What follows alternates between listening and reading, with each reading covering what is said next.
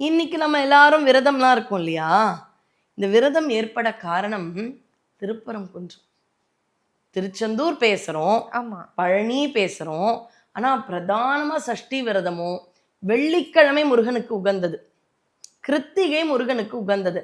செவ்வாய்க்கு அதிபதின்னு நம்ம செவ்வாயை கொண்டாடுறோம். ஆனா வெள்ளிக்கிழமை நீங்க அப்படி சந்தேகமா பார்க்குறீங்களா? இதுக்கான பதில் எல்லாம் கிடைத்ததற்கு காரணம் திருப்பரங்குன்றம். எல்லாமே அடியேன் சான்றோட பேசுறேன். கந்த புராணத்துல திருப்பரங்குன்றத்துல முருகனுக்கு கல்யாணம். ஆமா.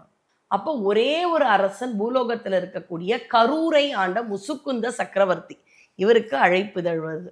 பொதுவா நம்ம வீட்டு கல்யாணத்துல தான் பாத்தீங்கன்னா வந்து மணமக்களை ஆசிர்வதிக்குமாறு கேட்டுக்கொள்கிறோம். அந்த பத்திரிக்கை எப்படி இருந்து தெரியுமா? வந்து மணமக்களின் ஆசியை பெறுமாறு கேட்டுக்கொள்கிறோம்.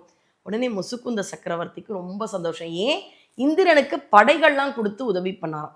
இவரை கூப்பிடுறாங்க, அந்த கல்யாணத்துக்கு போறாரு. முருகன் அழகுல தன்னை மயங்கி அப்படி ஆனந்தமா இருக்கார். முருகன் புகழுக்கே நம்ம மயங்குறோம்.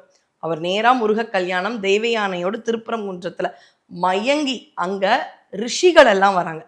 வசிஷ்டர்னு ஒரு ரிஷி. ஆமா. அவர்கிட்ட போய் கேட்கிறார், அந்த முருகன் அருள் எல்லாருக்கும் கிடைக்கணும்னா எப்படி விரதம் இருக்கணும்னு. இந்த விரதம் முருகனுக்கான கான்செப்டே கந்த புராணத்துல கேட்டது முசுக்குந்தர் திருப்பரங்குன்றம் கல்யாணத்தை பார்த்துட்டு.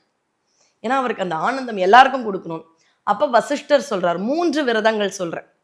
நாளில் வெள்ளிக்கிழமை முருகனுக்கு உகந்தது, நட்சத்திரம் மாதத்தில் கிருத்திகை உகந்தது, வருடத்தில் ஒரு முறை வரக்கூடிய கந்த சஷ்டி மிக மிக உகந்தது.